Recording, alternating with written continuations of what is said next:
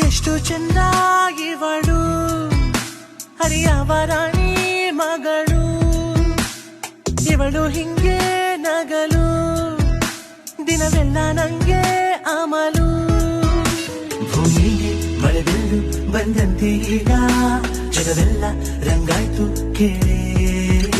ನಿನ್ ಹಿಂದೆ ನೆರಳೀಗ ನನ್ನನ್ನೇ ಬಿಟ್ಟು ಅಲೆಯುತ್ತಿದೆ ನೋಡಲೇ